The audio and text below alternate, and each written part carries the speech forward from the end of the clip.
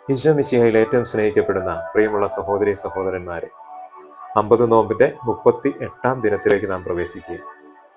എന്ന ദിവസം നമുക്ക് പ്രത്യേകിച്ച് ജ്ഞാനത്തിന്റെ പുസ്തകം 6-ാം അധ്യായം 10-ാം തിരുവചനം, വിശുദ്ധമായവ വിശുദ്ധിയോടെ ചെയ്യുന്നവർ വിശുദ്ധരായിത്തീരും എന്ന വചനത്തെ നമ്മുടെ ഹൃദയത്തോട് ചേർത്ത് വെക്കാം. നാം ഈ നാളുകളിൽ കഴിഞ്ഞ 37 ദിവസവും നമ്മുടെ ജീവിത വിശുദ്ധീകരണത്തിന് വേണ്ടി ആണ് നമ്മൾ ധ്യാനിച്ചുകൊണ്ടിരുന്നത്. പ്രത്യേകിച്ച് നമ്മൾ കൽപ്പനകളെക്കുറിച്ചും പരിശുദ്ധാത്മാവിനെതിരായ പാപങ്ങളെക്കുറിച്ചും മൂലപാപങ്ങളെക്കുറിച്ചൊക്കെ ധ്യാനിച്ച് കടന്നു വന്നു. പ്രിയമുള്ള സഹോദരങ്ങളെ, അവയെക്കുറിച്ചൊക്കെ ഒരിക്കൽ കൂടി ധ്യാനിക്കണമെങ്കിൽ യൂട്യൂബിൽ ഈ വീഡിയോ അപ്ലോഡ് ചെയ്യുന്നതിൻ്റെ ലിങ്കിൽ തന്നെ നിങ്ങൾക്ക് അതിൽ നിന്ന് കഴിഞ്ഞുപോയ നാളുകളിലെ അല്ലെങ്കിൽ കഴിഞ്ഞുപോയ വിചിന്തനങ്ങൾ നിങ്ങൾക്ക് ലഭിക്കുന്നതാണ്. അതോടൊപ്പം ആ ചാനലിൽ നിങ്ങൾക്ക് വിചിന്തനങ്ങൾ ലഭിക്കുന്നതാണ്. അപ്പോൾ അവ കേൾക്കുവാനും ഒരിക്കൽ കൂടി ആ ചെറിയ മെസ്സേജുകൾ, ഷോർട്ട് മെസ്സേജുകളാണ്, അത് കേട്ട് ജീവിതത്തെ വിശുദ്ധീകരിക്കാനും സാധിക്കുന്നവരെ പരിശ്രമിക്കുക. പ്രിയമുള്ളവരെ, പൗലോസ്ലീഹ തെസ്സലോനിക്കയിലെ സഭയ്ക്ക് എഴുതിയ 1-ാം ലേഖനത്തിന്റെ 4-ാം അധ്യായം 7-ാം തിരുവചനം ഇങ്ങനെ പറയുന്നുണ്ട്: അശുദ്ധിയിലേക്കല്ല വിശുദ്ധിയിലേക്കാണ് ദൈവം നിങ്ങളെ വിളിച്ചിരിക്കുന്നത്. പ്രിയമുള്ളവരെ, നമ്മുടെയൊക്കെ ജീവിതത്തിന്റെ ഏറ്റവും പ്രധാന ലക്ഷ്യം സ്വർഗത്തിൽ എത്തിച്ചേരുക. വിശുദ്ധരായവർക്കാണ് സ്വർഗത്തിൽ എത്തിച്ചേരാനായിട്ട് സാധിക്കുന്നത്. ജ്ഞാനത്തിന്റെ പുസ്തകം പറഞ്ഞ ആ തിരുവചനം പോലെ നമ്മൾ ഓരോ കാര്യവും, പ്രത്യേകിച്ച് നമ്മുടെ ആത്മീയ കാര്യങ്ങളും നമ്മുടെ ഭൗതിക കാര്യങ്ങളെല്ലാം വിശുദ്ധമായിട്ട് ചെയ്യാനായിട്ട്, ഏറ്റവും പ്രത്യേകമായിട്ട് ആത്മീയ കാര്യങ്ങൾ, കൂദാശകൾ, പരിശുദ്ധ കുർബാനയും പരിശുദ്ധ കുമ്പസാരവും ഒക്കെ ഏറ്റവും വിശുദ്ധമായി ചെയ്യുവാനായിട്ട് ആഗ്രഹിക്കുക, അതിനു വേണ്ടിയിട്ട് പരിശ്രമിക്കുക. പ്രിയമുള്ളവരെ, ജോഷുവയുടെ പുസ്തകത്തിന്റെ 3-ാം അധ്യായം 5-ാം തിരുവചനത്തിൽ ഇങ്ങനെ പറയുന്നുണ്ട്: നിങ്ങളെ തന്നെ വിശുദ്ധീകരിക്കുവിൻ, നാളെ നിങ്ങളുടെ ഇടയിൽ കർത്താവ് അത്ഭുതങ്ങൾ പ്രവർത്തിക്കും. പ്രിയമുള്ളവരെ, വിശുദ്ധി ഉണ്ടെങ്കിൽ മാത്രമാണ് അവിടെയാണ് കർത്താവിന് പ്രവർത്തിക്കാനായിട്ട് സാധിക്കുക. പുതിയ നിയമത്തിൽ നമ്മൾ പലപ്പോഴും ധ്യാനിച്ചു, പുതിയ നിയമത്തിൽ ഈശോ സൗഖ്യം നൽകുന്ന എല്ലാ മേഖലയിലും വിശുദ്ധീകരണം ഉണ്ട്, അല്ലെങ്കിൽ പാപമോചനം നൽകുന്നുണ്ട്. ഈ പാപമോചനം നൽകിക്കഴിഞ്ഞതിന് ശേഷമാണ് ദൈവമായ കർത്താവ് എല്ലാവർക്കും സൗഖ്യം നൽകുന്നത്.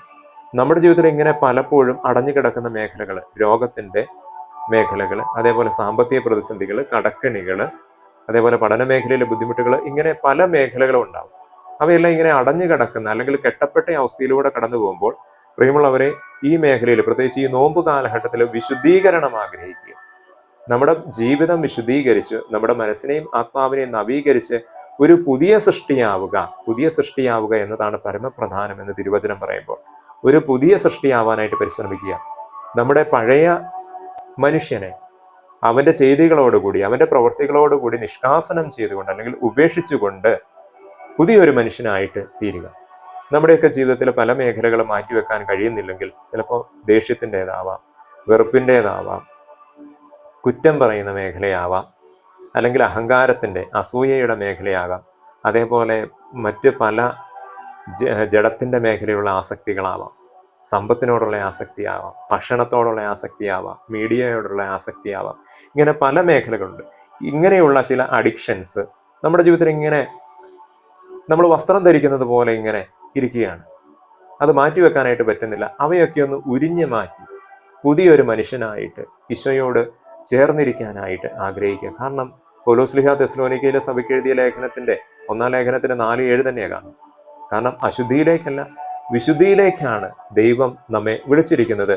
പ്രിയമുള്ളവരെ, അതുകൊണ്ട് നമ്മൾ വിശുദ്ധ ഗ്രന്ഥത്തിലൂടെ കടന്നു പോകുമ്പോൾ, പ്രത്യേകിച്ച് പഴയ നിയമത്തിലൂടെയും പുതിയ നിയമത്തിലൂടെയും കടന്നുപോയി കഴിഞ്ഞാൽ പല മേഖലകളിലും നമ്മുടെ വിശുദ്ധീകരണം ദൈവം ആഗ്രഹിക്കുന്നുണ്ട്.